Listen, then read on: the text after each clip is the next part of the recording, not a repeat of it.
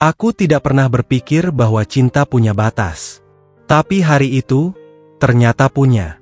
Itu hari Sabtu yang cerah. Hari-hari di mana langit tampak begitu bersih, hingga rasanya ingin bersyukur hanya karena masih hidup. Tapi hidup punya cara kejam untuk mengubah cuaca tanpa peringatan. Pesta itu dimulai pukul 4. Aku bangun pagi, mencukur wajahku, mengenakan kemeja yang Davi berikan padaku di Natal yang lalu. Biru muda. Dia bilang warnanya cocok dengan rambutku yang sudah memutih. Aku membeli mobil remote control biru juga. Supaya kita bisa main bareng. Kakek, katanya terakhir kali kami bertemu. Tapi pukul 2 siang, telepon berdering. Itu suara putriku. Gemetar, tertahan, seolah-olah ia sedang menahan seluruh dunia agar tidak runtuh. Ayah, sebaiknya ayah jangan datang. Aku terdiam. Dia mengulanginya, kali ini lebih tegas. Tolong, ayah. Jangan datang hari ini. Keheningan setelah telepon itu adalah suara paling keras dalam hidupku. Sebuah keheningan yang berteriak di dalam dada. Seolah semua kenangan tiba-tiba bergerak sekaligus. Aku berdiri terpaku. Telepon masih hangat di tangan. Dan sesaat, aku merasa telah menua 10 tahun dalam 20 detik. Aku menutup telepon dan duduk di kursi goyang. Kursi yang sama tempat aku dulu menidurkan putriku saat masih bayi. Kursi yang sama tempat Davi pernah tertidur di pangkuanku. Dengan kepalanya bersandar di dadaku, mendengarkan detak jantungku seolah itu musik. Sekarang, hanya suara detik jam. Setiap detiknya terasa seperti palu yang memukul kesadaran.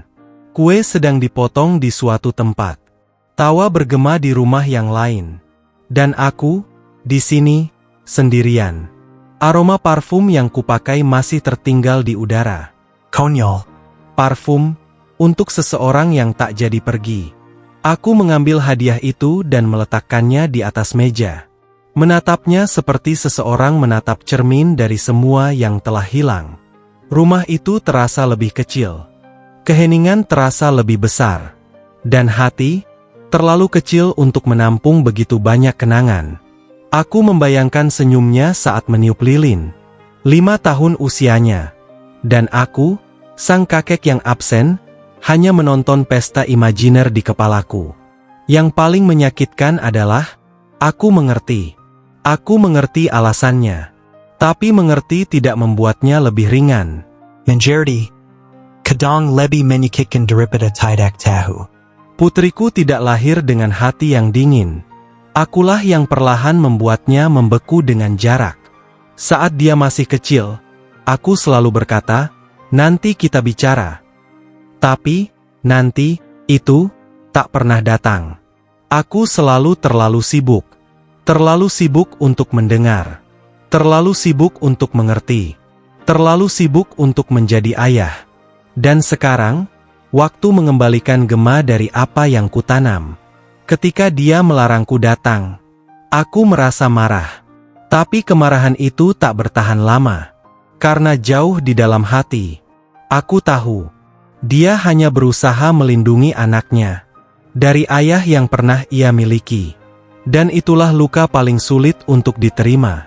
Bukan menjadi penjahat dari sebuah kesalahan, tetapi menjadi hantu dari cinta yang tidak pernah sembuh. Aku menangis. Menangis seperti aku tidak pernah menangis sejak hari ibuku meninggal. Tapi bukan hanya karena rindu. Itu karena malu. Dan penyesalan. Tahukah kamu saat tubuhmu sendiri terasa seperti sedang meminta maaf? Itulah yang kurasakan. Hari itu, aku mengerti, ada luka yang kita sebabkan. Dan hanya waktu, dalam diam, yang bisa mencoba menjahitnya kembali. 2 minggu kemudian, seseorang mengirimiku sebuah tautan. Lihat, cucumu jadi terkenal, katanya dalam pesan. Aku membuka videonya. Judulnya tertulis, ulang tahun Davi kecil, 5 tahun. Kuemu berwarna biru, sama seperti yang dulu dia buat di hari ulang tahunku. Balon, senyum, suara tawa. Semuanya persis seperti yang kuingat dari masa kecilnya. Dan di sana, dia.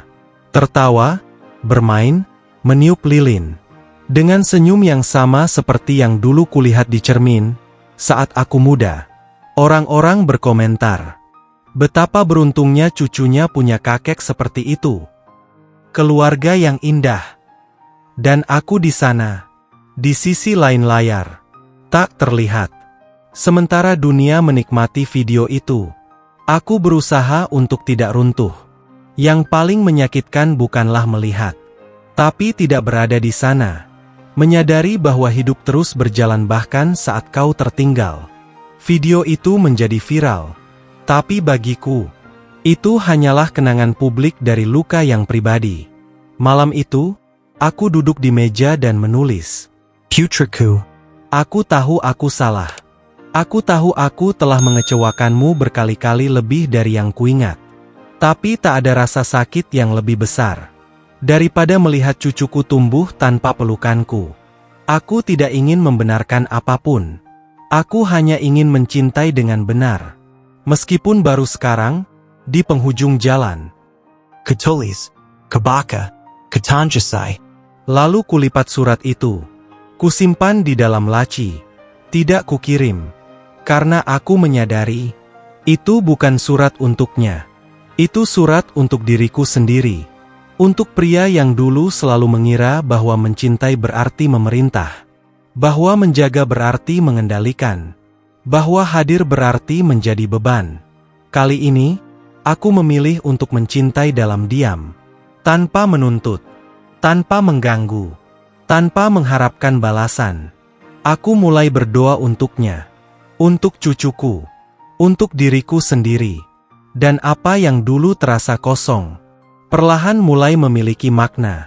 Seolah-olah keheningan itu mengembalikan bagian-bagian diriku yang dulu kupikir telah hilang selamanya. 3 bulan kemudian, suara pintu pagar terdengar. Helen, Nyaris Ragu. Kubuka pintu dan di sanalah dia. Kukuku. Dengan mobil biru di tangannya. Di belakangnya berdiri putriku. Rambutnya diikat. Wajahnya lila. Dia tidak berkata apa-apa. Aku pun tidak. Waktu berhenti.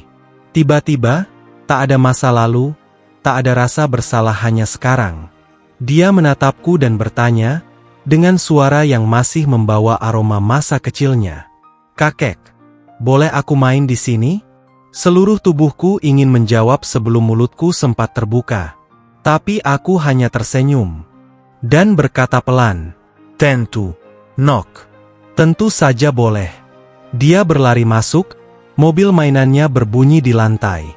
Dan suara itu adalah suara terindah dalam hidupku. Seolah-olah alam semesta berbisik. Masih ada waktu. Putriku berdiri di ambang pintu. Aku menatapnya, dan dia menundukkan pandangan. Tapi, sesaat saja, aku melihat sesuatu yang berbeda.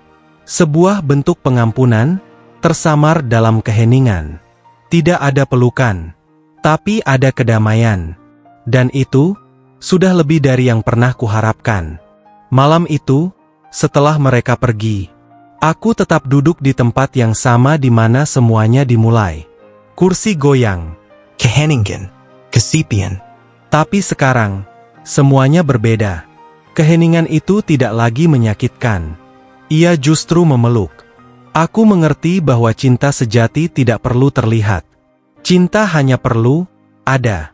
Selama bertahun-tahun, aku salah mengira bahwa hadir berarti mengendalikan. Tapi cinta tidak menuntut. Cinta memberi ruang. Dan kadang, cinta justru muncul dalam jarak. Hidup mengajarkanku dengan cara paling keras. Apa yang tidak kita dengarkan lewat cinta, akan kita pelajari lewat luka. Video itu memang menjadi viral. Tapi aku sadar, itu tidak terjadi tanpa alasan. Mungkin alam semesta menggunakan gambar itu untuk menunjukkan kepadaku hal-hal yang dulu aku enggan lihat. Bahwa tak seorang pun dibatalkan dalam cinta. Hanya ditunda sampai kita belajar mencintai dengan benar. Dan malam itu, akhirnya, aku memaafkan diriku sendiri. Hari ini, mobil mainan biru itu masih ada di sini. tersimpan di rak. Kadang, dia datang berkunjung. Sedikit demi sedikit, percakapan dengan putriku mulai kembali. Perlahan, Dengan hati-hati. Dengan keheningan. Bukan lagi cinta yang sama seperti dulu. Tapi cinta yang mengerti bahwa waktu juga adalah obat.